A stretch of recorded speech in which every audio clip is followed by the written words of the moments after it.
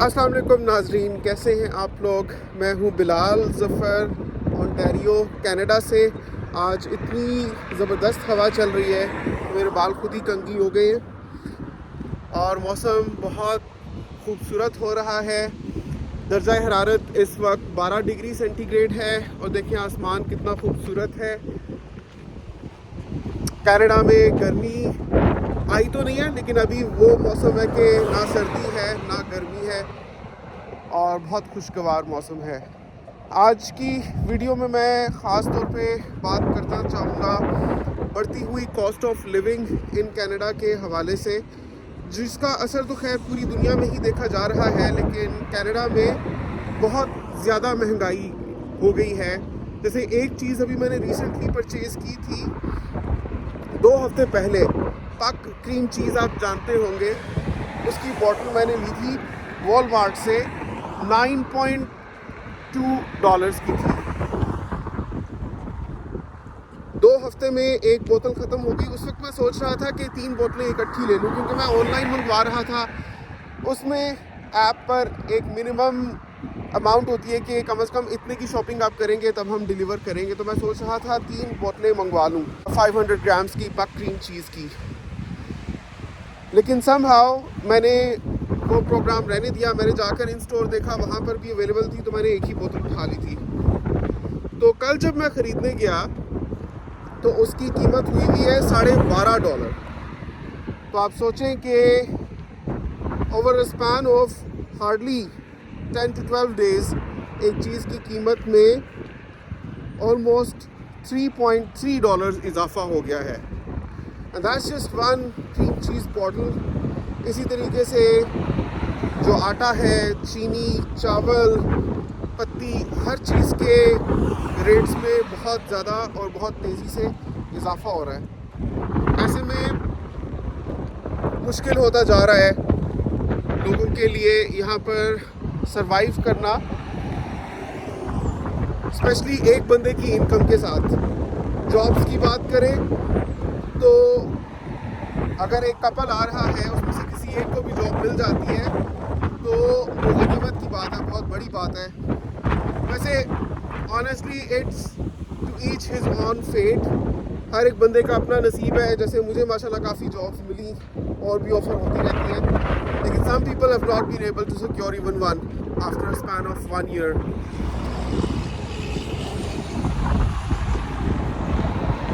लेकिन यहाँ जितनी भी महंगाई हो ना, अगर मुझे कहा जाए कि मैं वापस जाने का फ़ैसला करूँ पाकिस्तान, तो पाकिस्तान के हालात तो इतने सुन के और ख़बरें पढ़ के और सोशल मीडिया पर भी देख के दिल परेशान हो जाता है कि मुझे लगता है कि यहीं पर रहना अच्छा है। कुछ लोग कहते हैं कि, कल मैं कमेंट्स में पढ़ रहा था, बिलाल भाई से एग्री करेंगे कि फ़िलहाल कनाडा के हालात ऐसे हैं कि यहाँ ना ही आने में बेहतरी है। I'd like to say बहुत से लोगों के पास चॉइस नहीं है ये डिसाइड करने की कि वो यहाँ आए या ना आए। एक बार अगर उनको PR आ जाती है या कंफर्मेशन ऑफ परमानेंट रेजिडेंस आ जाती है, लाइक इन आवर केस, अगर मैं कहूँ कि हम ये वाला मौका जाने देते तो फिर तो हम कभी भी कनाडा नहीं आ सकते थे, बिकॉज एक फिक्स्ड टाइम फ्रेम था। उसके अंदर हमने लाइक 3 months का अरसा था after getting the confirmation of permanent residence के। उसमें अगर हम कनाडा ना पहुँचते तो फिर हमारी एप्लीकेशन कैंसिल हो जानी थी। An application that it took the government 5 years to process and approve our PR on, उसको अगर हम जाने देते तो फिर हम कहाँ दोबारा एप्लीकेशन लॉन्च करते और वो कब अप्रूव होती है और कहाँ होती है और कितने पैसे दोबारा लगते हैं। So it was not a choice for us. लेकिन I do not even regret coming to Canada, because सारी महंगाई के बावजूद एक बहुत ज़बरदस्त क्वालिटी ऑफ लाइफ है यहाँ पर और एक sense of safety and security है जो पाकिस्तान में नहीं थी। पाकिस्तान में आपको नहीं पता, आपके साथ, वैसे तो इंसान के साथ कब क्या हो जाए उसका ज़िंदगी में दुनिया भर में कहीं भी नहीं पता, लेकिन पाकिस्तान में करप्शन बहुत ज़्यादा है। लोग प्लॉट्स ले रहे हैं और जानी मानी सोसाइटीज़ में प्लॉट्स ले रहे हैं और वहाँ उनके प्लॉट्स गायब हो रहे हैं, गस्ब हो रहे हैं। पेमेंट के बाद पता चलता है कि वो प्लॉट एग्जिस्ट ही नहीं करता या it has been sold to somebody else. इस तरह की चीज़ें, मतलब मैंने खुद बहुत लॉसेस देखे हैं and most of them have been in property in Pakistan. तो मेरा दिल उठ चुका हुआ है और मैं अब वहाँ पर इन्वेस्ट नहीं करना चाहूँगा। आई एम सॉरी टू से, ब्रेक्स माई हार्ट टू से this, but it's a fact कि I'd like to जो भी है मैं यहीं पर रहूँ, इधर ही इन्वेस्ट करूँ। इस कनाडा में ना सुकून से ज़िंदगी गुजारने का एक गोल्डन असूल है और वो ये है कि try to stay debt free. Debt में आपने नहीं पड़ना। जिस चीज़ को अफोर्ड करने के आपके पास पैसे नहीं हैं वो मत आप खरीदें, चाहे वो घर है, चाहे मोबाइल है, चाहे कोई इंश्योरेंस है, कुछ भी है, क्योंकि यहाँ क्रेडिट कार्ड्स पर आप हर तरह की चीज़ें ख़रीद सकते हैं।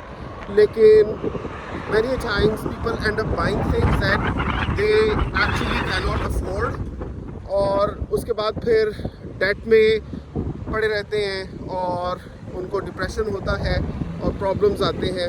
So stay away from debt, and secondly I'd like to tell everybody stay away from narcotics and drugs in Canada। हालांकि लीगल है लेकिन हर लीगल चीज़ सही नहीं होती। तो डेट फ्री रहे, ड्रग्स फ्री रहे और अल्लाह से मदद मांगे, अपने हिस्से की कोशिश करते जाएं, इंशाल्लाह आप सक्सेसफुल। बस व्यूअर्स, आज ऑफिस में एक सब कॉन्ट्रैक्टर ने पिज़्ज़ा पार्टी दी थी सबको।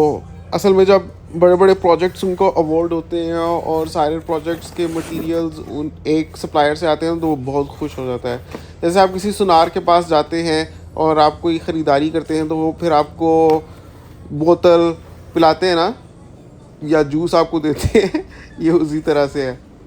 तो हम तो यहाँ पर सिर्फ वेज पिज़्ज़ा ही खाना पसंद करते हैं, क्योंकि जिसमें चिकन भी हो तो कुछ पता नहीं होता कि वो हलाल है या नहीं। और पेपरोनी वगैरह के पिज़्ज़ा तो हम कभी भी नहीं खाते। तो मैंने यही वेजिटेबल का पिज़्ज़ा खाया था, गर्मा गर्म होता है तो अब बस सही लगता है, अच्छा लगता है। वरना पाकिस्तान जैसा पिज़्ज़ा यहाँ कनाडा में नहीं मिलता, ना ही मैंने दुबई में कहीं खाया था जैसे पाकिस्तान में तहज़ीब बेकर्स का होता है। और हिना को मैं बाहर ले गया था हलवा पूरी खिलाने के लिए। हलवा तो खैर हमने नहीं लिया था, चने पूरी ही थी और अच्छा था ये भी, लेकिन जो जायका पाकिस्तानी चने पूरी का होता है वो यहाँ पर आज तक नहीं मिला। और देखें किस किस्म का सलाद होता है यहाँ पे, के मोटे मोटे प्याज के पीस कटे हुए और गाजर कटी हुई है। वो जो पाकिस्तान से रिफ़्रेशमेंट सेंटर से एक पिकल्ड किस्म का मिलता था ना साथ में अचार चने पूरी के, वो चीज़ यहाँ पर नहीं मिलती। और ये जो आप देख रहे हैं 2 पूरियाँ और 1 चने, ये हमें $11.5 के पड़े। तो बहुत महंगाई है यहाँ पे, सोच समझ के लोग डाइन आउट करते हैं। खैर मैं तो वैसे ही डाइन आउट करना पसंद नहीं करता, क्योंकि मुझे उस लेवल का खाना मिलता ही नहीं कहीं बाहर, माशाल्लाह, जैसा है ना घर पे मुझे बना कर देती हैं। तो कल की वीडियो आपने मिस नहीं करनी, क्योंकि कल इंशाल्लाह मेरा रूट कनाल है, एक ऐसा procedure that I have been waiting to get almost 1 year now. लेकिन अब कल फाइनली उसकी डेट आई है इंशाल्लाह। तो मैं कल रूट कनाल करवाऊँगा, फिर आपको अपडेट दूंगा कि कितने पैसे लगे, क्या हुआ। देखते रहिएगा हमारे डे टू डे व्लॉग्स। आपसे मिलता हूँ इंशाल्लाह अगली वीडियो में। कमेंट्स में अपनी राय का इज़हार ज़रूर कीजिएगा और चैनल को ज़रूर सब्सक्राइब कर लें। अल्लाह हाफ़िज़।